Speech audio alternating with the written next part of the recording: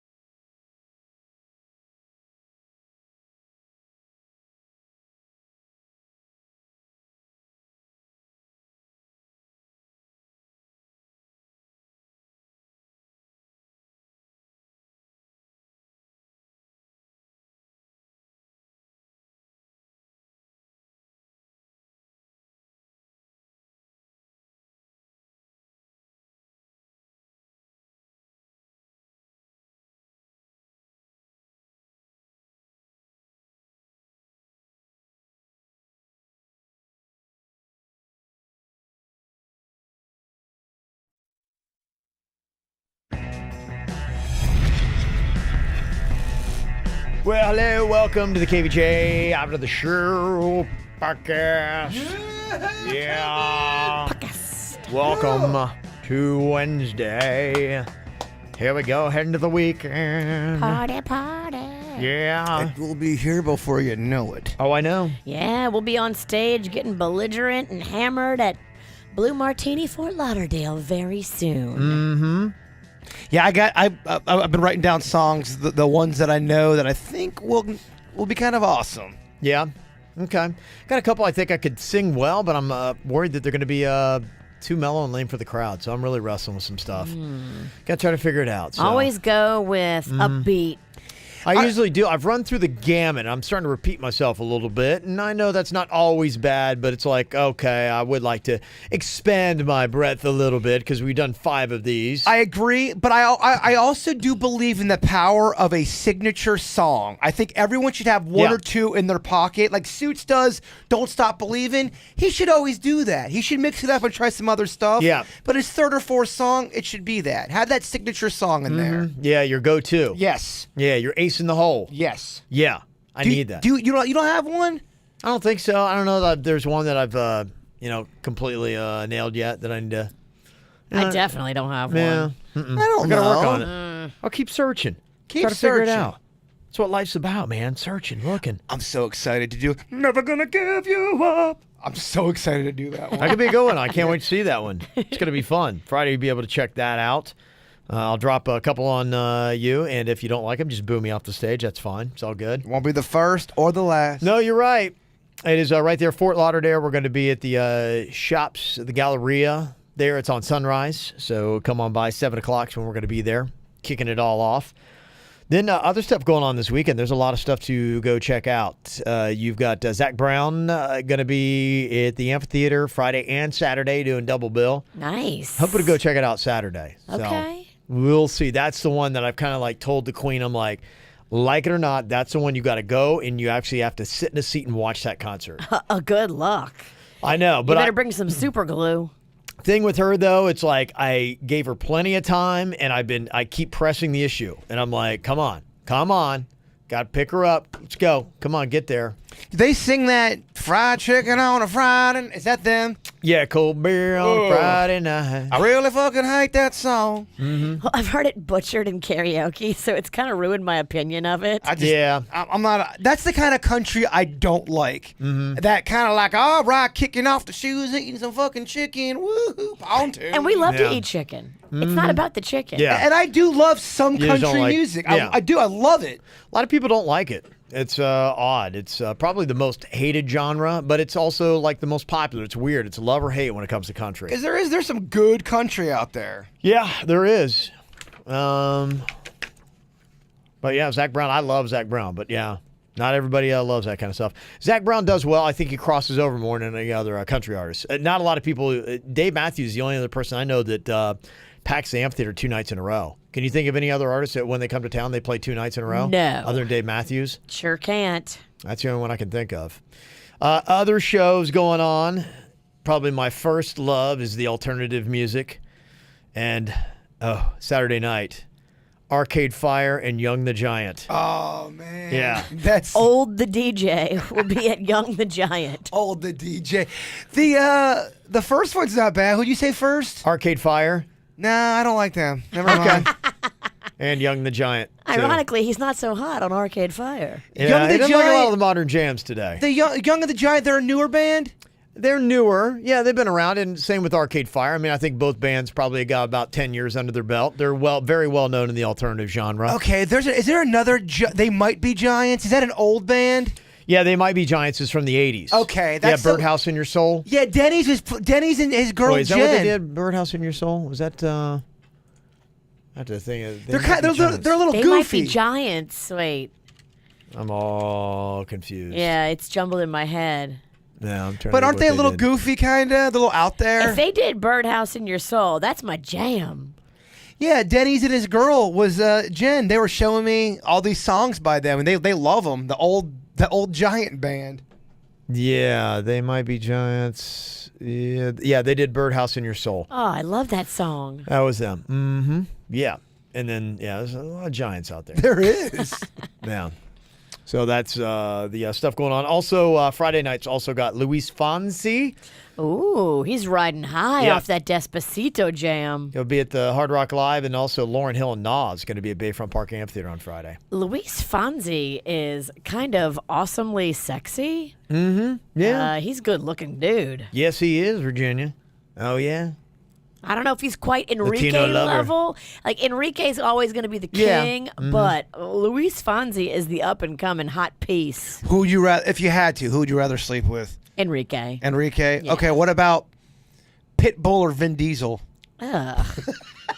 Can I go gay?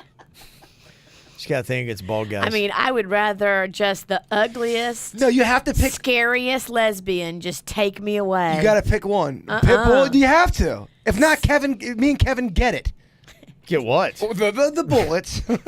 Okay. Okay, where do you get the bullets? We die. We end up getting Oh. we get whacked. Oh, we can't have that. You got to pick one. Who are the guys again? Vin? Pitbull or Vin Diesel? All right, Pitbull. Yeah. 305. Mr. 305. Come lay it down. Lay it down. Sounds so hot. Put that, what is he? Is he Puerto Rican? Who? Pitbull? Yeah. He's Cuban, I believe. Cuban. Oh, give me that Cuban sausage. Yes. I believe he is. Do it. Yep. Well, they say, according to a new study, having good sex and getting good sleep makes people happier than being rich. No shit. I mean, yeah, get some sleep and get laid. You're going to be in a pretty damn good mood. More than being rich?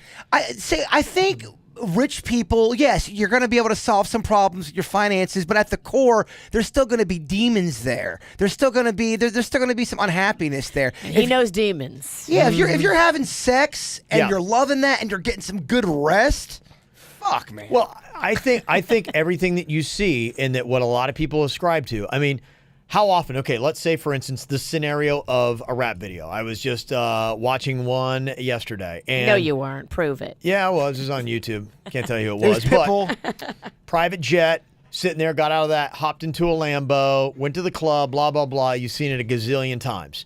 That's what they're selling, wealth. Obviously, you got to have wealth to have a jet, to have a Lambo, whatever.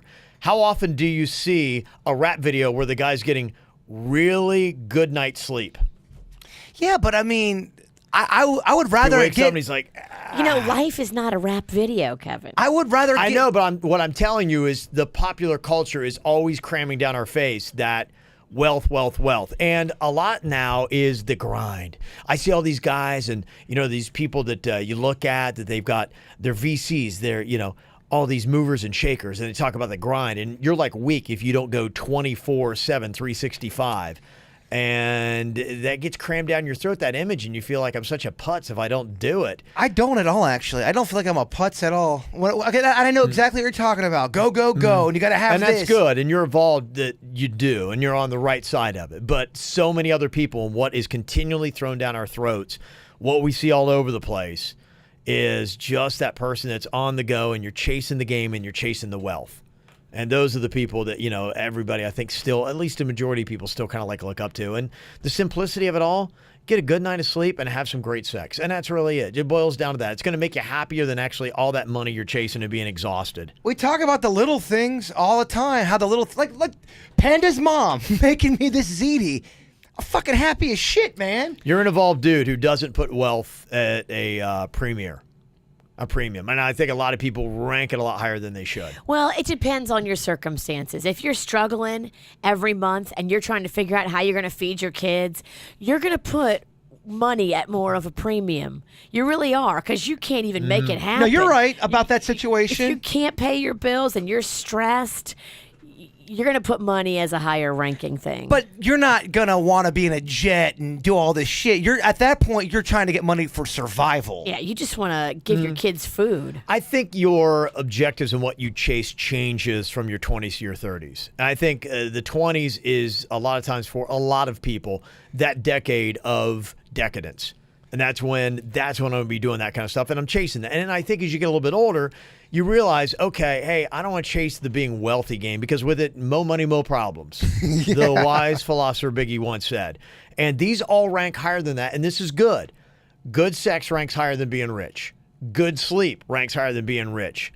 Also, job security, healthy, close relatives and feeling like you're part of a community. I think that's all great for mental health. If you have a job that you love and you're very secure you're not going to lose that, that's happiness, man. If you love doing that and you don't think you're going anywhere. Chasing wealth makes you insane. And from all I've ever heard from the stories is the people who are gaining and accumulating wealth, once they get to a certain level, the people you hang out with are always going to be richer or more powerful than you. And now you're chasing the next level of it. And that's almost it. It's almost like you're not rich at all. You in your mind are poor because you don't have a 150-foot yacht. Yours is a measly 70 feet. You should always try to be the best you can be. And surrounding yourself with successful people is good. But it's more important to be happy. Because if you're rich and you're not happy, you're going to be miserable. Money doesn't make you happy. No, the more you accumulate, the more chaos it will absolutely create. 'Cause you just said it. You have to keep up with so much shit. Oh, I got to get the bigger yacht. Now you have a yacht. Now you got to take care of that yacht. Yeah. Kind of ties in a little bit like what we were talking about yesterday. The person that gets on that wheel and keeps going, and you get to a point where you become a slave of your possessions, and you've got to keep going because of the things that you need, or at least you think you need. In fact, Chris sent an email, and he said, you guys hit a major nerve on the podcast yesterday talking about job stress and being on that career hamster wheel.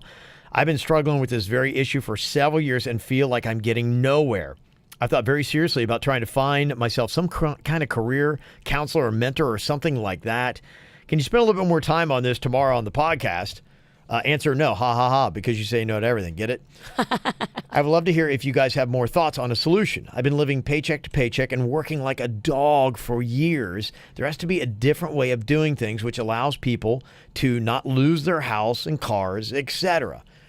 A lot of people are starting to look at this, and there are a lot of books on this now on simplifying, where people are writing how you can, in a sense, find these hacks. And that's why you're seeing a downsizing of apartments.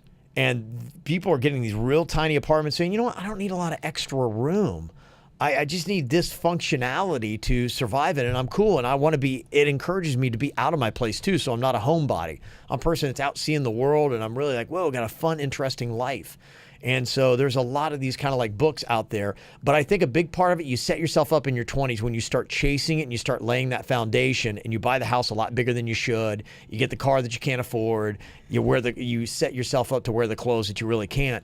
Start small. Just say, hey, you know what? Let me go to a level, and there's nothing wrong with staying at that level for happiness and simplicity. The other thing I'd ask, too, is he happy and passionate about what he's working towards? Is his career something where he goes home and he gets some gratification because he likes what he's doing? Yeah. Is it something where he's dreading going? Because I feel like if you're at a job or a career that you fucking dread, I don't think you want to move up. And you always have to be in a position where you have potential for growing your income, potential for growing your position in the company. If you're in a place where you don't see yourself ever making any more money, you're never going to be happier, and you're never going to be more respected and have a bigger title, which usually leads to more money. If that's not what you're working for at the job you're in, you need to get out of it, because that's a dead end. That's my opinion, too. I mean, we're not saying quit right away. No. Do it the right way. So but think about what else you can do. If anyone ever comes to me and says, I hate my career, I hate it, I'm on the wheel, I don't like it, I would always give the advice, you need to get out of that career. Get out. Life's too short. And then you need to sit down and really examine your passions. What makes you happy? Is there anything you can do in any field that is close to that or touches on that or lets you be involved with your passions? I think a lot of people get jobs or careers or even marry people that they're not passionate about. I think passion's a big part of life, man. A lot of people don't realize that. Mm-hmm. I think considering what it is you want to do in life too. Some people want to have money to spend and to do all this kind of stuff, and you should decide what it is you want to do, and maybe take the thought process where you're like, I'm going to live as cheap as I possibly can. I'm not necessarily going to ascribe to have a career. I'm going to ascribe to have a certain amount of money that I need to be able to attain whatever state of living that I want. And then that way, if something happens with my job or I become stressed with it or I don't like it, I can easily go out and find a replacement, do something else. I think more and more people, instead of anymore getting careers, are looking for functional jobs to pay for a lifestyle they want to have. And they're putting their lifestyle ahead of their career. And I think that's more healthy than the other way around. Is people have put careers first. That's when you've like, oh, I've put in all this time in this career and I can't get out of it now. It depends on what your potential in that career is. Like if you have a super awesome potential and you see a light at the end of the tunnel and you have to pay your dues in the beginning and you're struggling, but you know one day it's going to pay off and you're a hard worker and you're doing what you got to do. But what if you don't want a career? That's what I'm saying. Let's say, for instance, you're coming out of it saying, what I want to do, I want to be able to have freedom to travel.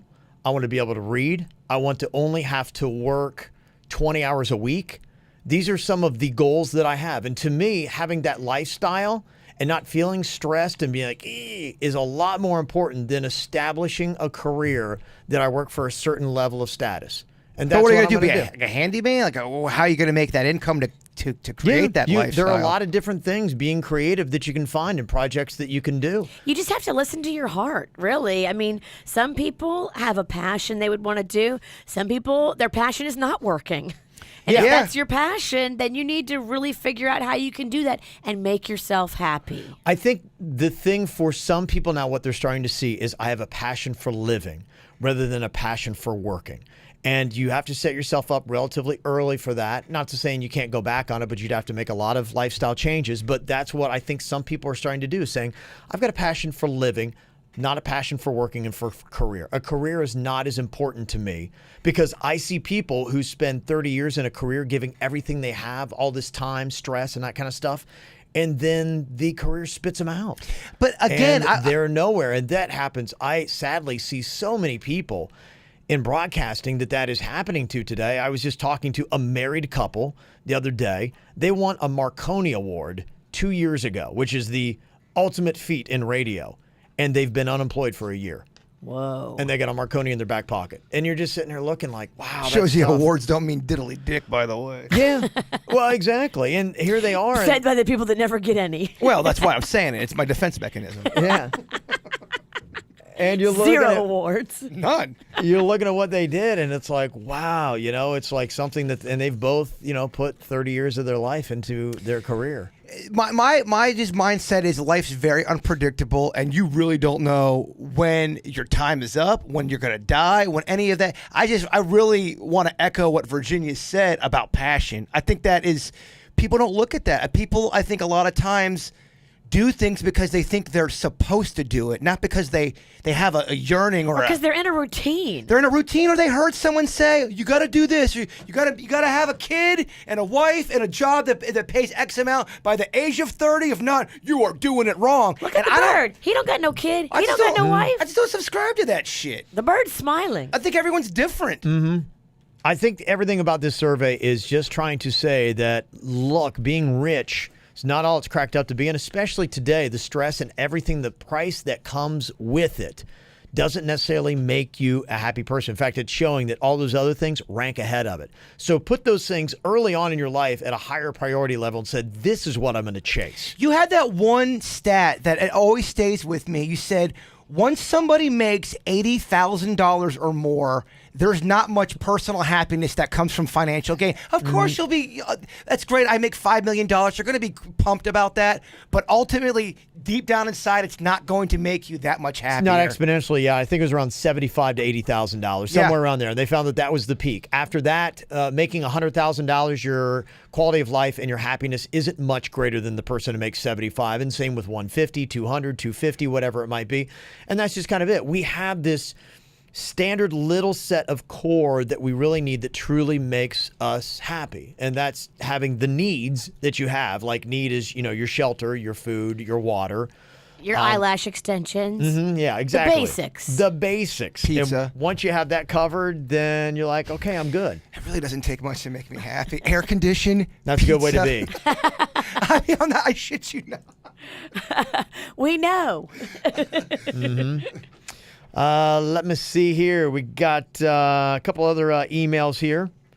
Somebody wants a dream interpretation. Chris from Apopka Said, hey, I'm wandering around a grocery store with a screaming kid trying to find canned fruit to make a pie, and I can't find it.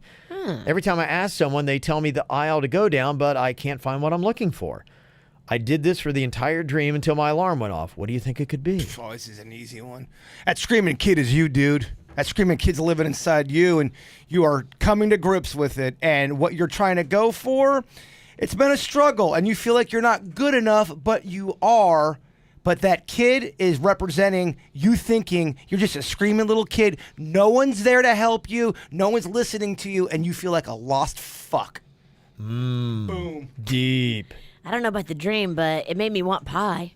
Oh, amen, huh? Absolutely. I love pie. But I think that person's struggling with something, and they're confronting their past, and they feel like they're not being heard. Whether it's a relationship or a job, they feel like whatever they say is insignificant. Okay. That's my interpretation. Maybe they should actually go to the store and let it play out and find the pie filling and buy it and go home and make a pie, and then maybe that'll stop repeating itself in your dream and bugging you out. Because the pie is representing just, what you were just talking about, happiness. Yeah, and the most important thing was what kind of pie? And you can borrow my kid. If you want a screaming kid, Rocco loves to lose his shit in Publix. I don't know why. He does this thing where he starts screaming at the top of his lungs. And then what's funny is there'll be another baby, like maybe one aisle over. Rocco will go, ah, and scream. Then you'll hear another baby across the store go, ah, like they're speaking to each other. Oh, yeah. Does Kids, he act that way in Winn-Dixie? No, he doesn't. He keeps it together in Winn-Dixie. Yeah. I guess I gotta go to the beef people. Kids love to be loud, yeah. He knows that it gets under my skin because I'm real big on we don't lose it in public. We keep our stuff together. Yeah. We look smiley and we look happy, and there's no fighting in public. There's no drama in public. Unlike Mom, there's no fighting or drama in public. How do you think your dad, Virginia, likes the name Rocco? Be honest. I know that my grandmother and my dad and everybody on that side of the family was kind of like, really? Okay. Like, Really? They did not get it because they're not Italian. Yeah. Rocco is an Italian name. Yeah. My husband has an uncle Rocco. Okay. Yeah. Rocco's godfather is Italian. Like they get it. They love Rocco as the name. And if your name is Rocco, you automatically become a Yankee fan. You're a Yankee fan. Hey, I think Rocco's going to be a Yankee Oh, fan there's no way regardless. he's not. Panda's going to make him. Panda loves the Yankees. I read this stat and then I wondered about my own kid's name, Cannon. 20% of grandparents say they hate their grandchildren's name, according to the survey. Oh. The main reasons are that it's too odd or they are mad that their name suggestions were ignored. Yeah, there was some issues when I was going to be Jason Blue and my sister was going to be Sunkissed. Yeah, there was some family members that were not happy about that from what I've understood. Yeah, so 20% of grandparents would be going, I hate the kid's Jason name. Blue is an awesome name. It my is a cool name, My dad yeah. said, he goes, the jokes would be, hey, how's Jason? Yeah, Jason Blue. That's what he thought people would do. Like, you blow, you blew. Oh. That guy blew. Who'd he blow? Exactly. See, the jokes write themselves. Okay, I get it now. Exactly. Got this email from Lauren. Said, hey, just listen to the show from Friday. I'm a little bit behind, I know, and I thought the FPL song was hilarious. Yes, it was. I support the workers, but I came across this article about the corporation. It has to do about the solar panels in Florida, and there was something on the last election that happened. Do you remember that whole initiative that was there? It was tricky because some people were like, yes, say yes to solar energy Yes. for Florida. And then other people were like, don't say yes to it because when you say yes to it, they're tricking you so they can control Remember that? your yes. Yeah. And I was like, I'm so confused. Yeah. Maybe I just won't vote. Imagine that there's no one can pick a fucking right answer. There's two different answers. Well, it's slippery. Because, of course, Yeah. everybody wants to say yes to solar energy. It seems like the way we should all be doing it. She said, I remembered how FPL also spent millions of dollars trying to pass Amendment 1 last November, which would limit use of solar panels. I understand Florida gets hurricanes, but if FPL truly cared about the people they supply power to, they wouldn't go through such draconian measures to make sure that people would be out of power in times like these to improve their bottom line. Now, I no longer live in Florida. I moved to Philly a month ago, so I'm not speaking out of spite because I lost power. These are important measures to keep these things in mind, Michelle Lauren. And I saw today there was a headline that there are a couple attorneys that are filing a lawsuit against FP&L. I guess some people are not satisfied with the improvements that they had made over the last, 12, 13 years since our last storm. And Really? Because we were blowing them on the air about that. I thought they had, the numbers I looked at, I thought looked really good. They say as 2 Miami-Dade County law firms have filed a lawsuit alleging the FPL charged customers a storm restoration fee yet did nothing to strengthen its grid. That is what they're saying. They're asking the court to certify the case as a class action lawsuit on behalf of the more than 4.4 million FPL customers who lost power during Irma. The FPL calls the lawsuit frivolous, but apparently they're saying that you were paying this money after the storms in 2004, 2005 for them to update the grid, and then if you still lost power 12 years later, you paid for nothing. And they didn't do a good enough job. The people that still lost power and they did not get it back any quicker than they got from the storms previous, I think they have a case. If they were indeed charged the fee and then the wait time to get the power was the same or longer, then the fee was completely frivolous for them, but not for everybody. Now, if you got your power back quicker, like most people did, you couldn't claim that you didn't see improvement and join the class action because you had improvement. Isn't that what you're paying for, improvement? Well, yeah, and I know some people are saying, why do we still have power lines that are above ground? I don't. In my neighborhood, they're all below ground. Yeah. I love that. Oh, I have so many above ground power lines. In our neighborhood, they're above ground. Squirrels are doing gymnastics on it. That's all they are now, yeah. Yeah. There's squirrels, trapeze, training ground. Oh, And they're talented. The squirrels at my place, they're next level fuck faces. Are they better than the circus rats? They are. These things could really do tricks. There's a gang of them, and they are dicks. They say other allegations in the lawsuit are that FPL failed to adequately respond to situations involving down yet still energized power lines or non-performing power lines, and that it promised customers restoration dates knowing that the dates would not be honored. So that's what they're doing. So I do know, we always support the linemen who are out there, risking their lives and working their butts off. Don't fight the lineman, fight the man. There you go. Yeah.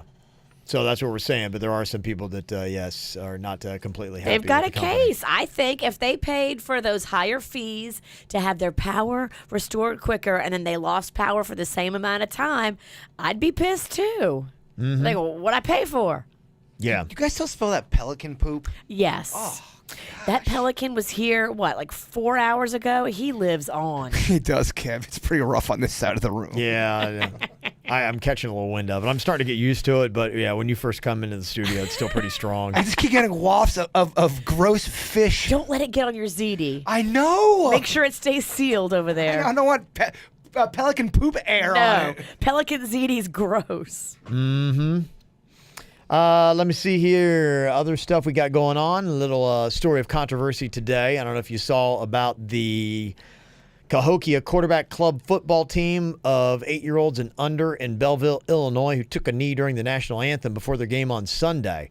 Every single player did it. Their backs was turned to the flag, but apparently that was not done intentionally. The coach, when interviewed, said, well, one of the kids asked me if I saw people protesting rioting in St. Louis. And I said, yes. Do you know why they're doing it? Was his question back to the 8-year-old kid. The kid responded, because black people are getting killed and nobody's going to jail. The coach said he spoke to them about situations that have happened in our country. He then explained why former NFL quarterback Colin Kaepernick started kneeling during the anthem. Another kid asked if they could do that, and the coach didn't have a problem with it as long as they knew why they were doing it. And when the anthem started, the players immediately took a knee. All the players' parents supported the coach's decision to take the knee, and apparently that's the only time they're going to do it. Apparently they've made their statement, and they're going to continue to stand for the anthem in the future. So, interesting. What's your thoughts on that, Kev? Yeah, I've really looked into it. I always try to understand the situation and what is going on, and I definitely know that there is a lot of frustration about justice in America that a lot of African Americans share. It's kind of sadly a common thing about being black in America. There is a true fear of what has gone on. Individual cases, and I can't speak on the one in St. Louis. I don't know the details specifically enough. I just know I think it was a white cop, and there was somebody that was running from the police. It's the latest case of white cop gets off after shooting black guy. So I don't know, if you can justify. But I mean, just the overall vibe of Mm-hmm. them kneeling, them being young. What's your opinion? Like if Cannon's Mm-hmm. coach said, "All right, you guys take a knee during the anthem," how would you react to that? Understanding what it is and what they're trying to do, I think they are trying to make changes in America for the better and saying, hey, look, we're trying to get your attention to say that we don't feel equal in this country. We don't feel like we can drive and live and be in society with the same level of ease as somebody of a different skin color. And if they've got a case there, we definitely need to pay attention. We need to fix it more than anything else. And they feel like they're not being heard. And so I think as a society, we really need to start stepping up and having dialect and conversation. We need to be able to do that because people right now are too easily offended, and we can't have the conversations that need to happen. But I mean, aren't we starting those conversations? I mean, everyone always says we got to start having those conversations. Yeah. I think we are having this conversation. I think things like this are starting to make the conversations happen. And so for that, and I got a little bit of a different take on Colin Kaepernick because he's been doing a lot of good stuff with charity, and he's been, to me, I think, putting his money where his mouth is since he started the anthem protest. To me, I don't ever like to disrespect our flag, our anthem, this country. It, to me, disrespects all the people who've died and what they've gone through to make it happen. That I don't like. And to me, it makes me sad that that's the length that we have to go to make it happen. But I understand if you're trying to plead and scream and say, hey, listen to me, I've got a legitimate concern and fear, and this country doesn't feel the same for me as I believe it does for other people. And this is the only way I can get your attention. Then if it's effective in that way, then the end justifies the means. It's really easy to see both sides. Yeah, I just think the thing that we got to do is we need to, one, have the conversation, be understanding and sympathetic, and then come up with an action plan that we can start getting the kind of justice and to remove the fear that needs to happen. I think the media with a lot of these cases, and the thing that I always look at is the media getting to the truth of this story, or are they spinning it in a way that makes it better for them? Are we getting the real facts of what is happening? Are these real racist cops that are unjustly striking down African Americans? And not every case may be the same. And so that's the one thing I fear is that we sometimes don't get the whole story unbiased and unprejudiced.